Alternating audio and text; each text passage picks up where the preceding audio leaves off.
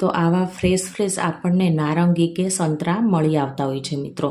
તો કોઈ પણ સિઝનમાં જે ફ્રૂટ આવે એ આપણે ખાવું જ જોઈએ, કેમ કે તે શરીર માટે પણ સારું ગણાતું હોય છે।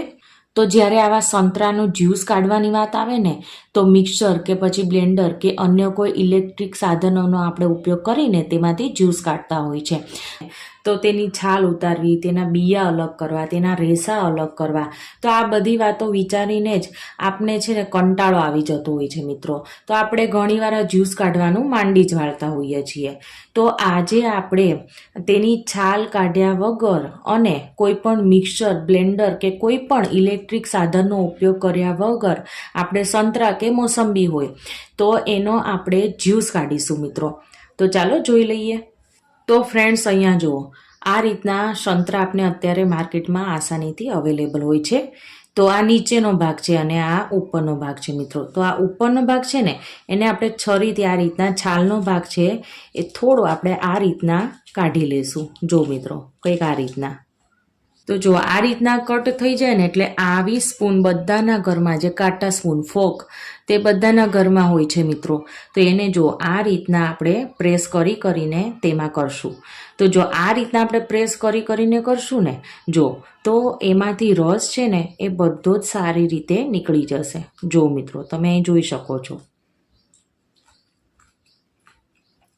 તો આમાં તમારે કોઈ પણ બિયા કે છાલ કાઢવાની ઝંઝટ નહીં કરવી પડે અને રેસા પણ તમારે અલગ નહીં કરવા પડે, તો પણ એકદમ સરસ એવો રસ છે એ બધો જ નીકળીને બહાર આવી જશે। જો મિત્રો, એકદમ આસાનીથી આ કામ થઈ જાય છે અને વળી આમાં ટાઈમ પણ નથી લાગતો મિત્રો। જુઓ અહીંયા, તો આ એકદમ આસાન રીત છે કે જેમાં તમને બ્લેન્ડર કે મિક્સરની પણ જરૂર નહીં પડે અને તો પણ એકદમ આસાનીથી રસ છે એ નીકળી જશે। જો આમ બધી સાઈડ આ રીતના કરી લેવાનું મિત્રો। તમે અહીંયા જોઈ રહ્યા છો। જો આટલું થઈ જાય ને એટલે બધો રસ છે, જો આ રીતના પ્રેસ કરશો એટલે બધો રસ છે એ બહાર આવી જશે મિત્રો। તમે અહીંયા જોઈ શકો છો। તો જો આ રીતના ખાલી અહીંયા જો આ કૂચા જ વધ્યા છે। જુઓ મિત્રો, તમે અહીં જોઈ શકો છો, આમાં બિલકુલ હવે રસનો ભાગ નથી રહ્યો। જો તમને ખોલીને પણ દેખાડી દો। જો મિત્રો, અને હવે શું કરીશું ને, જો આ જે આપણે રસ કાઢ્યો છે ને એને આપણે કોઈ પણ એક આ રીતના વાસણ લઈ લેવાનું અને ગળણી લઈ લેવાનું, એટલે જે કાંઈ આ બિયા અને જે કાંઈ રેસા આવ્યા હશે ને એ બધા જ આમાં જો આ રીતના ગળાઈ જશે મિત્રો। જો, અને ચમચીએથી આ રીતના આપણે કરી દઈશું પ્રેસ, એટલે આસાનીથી રસ છે એ આ રીતના ગવણીમાં પણ નહીં રહે અને સરસ એવું નીચે બધું નીતરી જશે। જુઓ મિત્રો, જો આમાં થોડો કઈ ભાગ રસનો રહી ગયો હશે ને તે બધો જ આ રીતના ચમચીથી કરવાથી બધો જ આ નીકળી જશે। અને હવે આપણે એને એક ગ્લાસમાં લઈ લેશું। તો હવે આ જ પ્લેટમાં હું તમને બીજી રીત બતાવું છું મિત્રો। તો આપણે આ રીતના એક સંતરું લઈ લેવાનું છે મિત્રો, અને આગળ આપણે કર્યું એમ જ કે આ જે ભાગ હોય ને, આ ઉપરનો ભાગ, તે થોડો આપણે તેની છાલ દૂર કરીશું। જો કંઈક આ રીતના।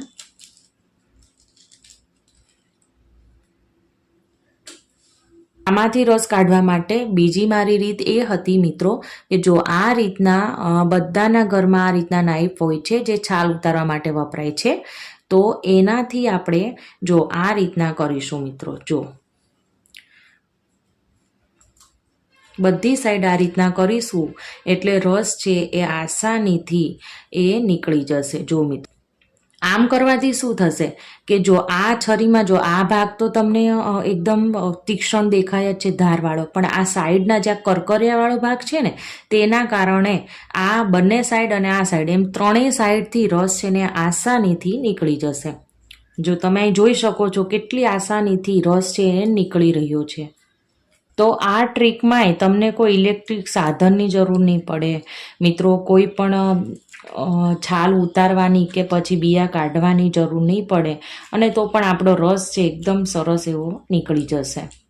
અને આમાં પણ બિલકુલ ટાઈમ લાગતો નથી।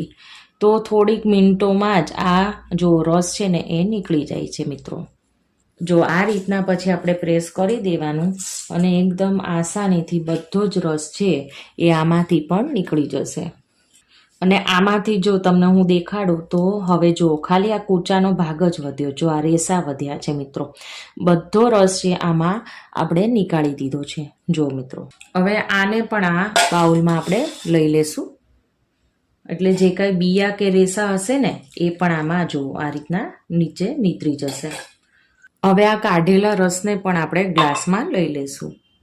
તો જો મિત્રો, 2 સંતરામાંથી તો કેટલો બધો રસ નીકળ્યો છે. જો અડધો ગ્લાસ ભરાઈ ગયો છે મિત્રો. આપણે જ્યારે મિક્સર કે બ્લેન્ડરમાં આપણે જ્યારે રસ કાઢીએ ને કોઈ પણ ઇલેક્ટ્રિક સાધનમાં, તો તેની ગરમી લાગવાના લીધે તેનો કલર છે ને એ થોડો ઘટ્ટ થઈ જતો હોય છે મિત્રો. તો આપણે આ નેચરલી રીતે આ રસ કાઢ્યો છે. તો ઇલેક્ટ્રિક સાધન અને નેચરલી રીતે કાઢીએ એમાં થોડોક તો ફેર રહેવાનો જ ને.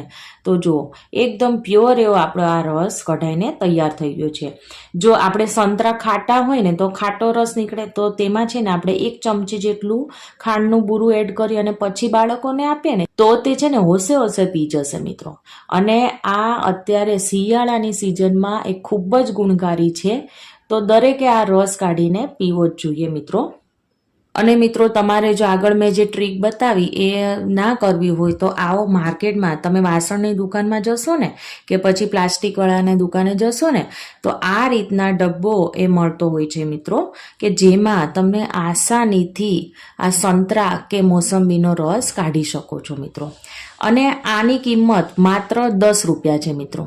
જો મિત્રો, તો આને કઈ રીતે આમાં આપણે રસ કાઢીશું, તો આને આ રીતના સૌથી પહેલા ખોલીશું અને આને જો આ રીતના ફિટ કરવાનું હોય છે.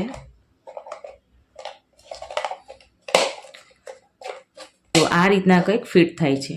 જો આ અટેચ થઈ ગયો, જો આ ફિટ થઈ ગયો ને. અને હવે આપણે આમાં રસ કાઢીશું મિત્રો. આ હું તમને એટલે બતાવું છું કે આની બહુ કિંમત નથી. અને જો કોઈ તમારે એ ઉપયોગ ના કરવો હોય છરીથી અને ફોક સ્પૂનથી, તો તમે આનો પણ ઉપયોગ કરી શકો છો.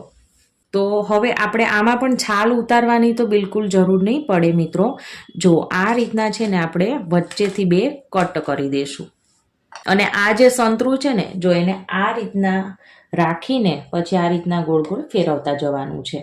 જો તો અહીંયા જે આ કાણાવાળો ભાગ છે ને તેમાંથી ફક્ત રસ જ નીચે જશે અને જે રેસાનો ભાગ છે અને જે બિયા છે ને એ બધા જ ઉપર રહી જશે મિત્રો. તો આ એક યુનિક અને ઉપયોગી ડબ્બો કહી શકાય કે જેનાથી તમે છે ને એકદમ આસાનીથી રસ કાઢી શકો છો. તો પણ આ એક નેચરલી રીતે જ આપણે રસ કાઢ્યો કહેવાય. તો આ તો બાળકોને આપશો ને તો એને તો મજા જ પડી જશે રસ કાઢવાની.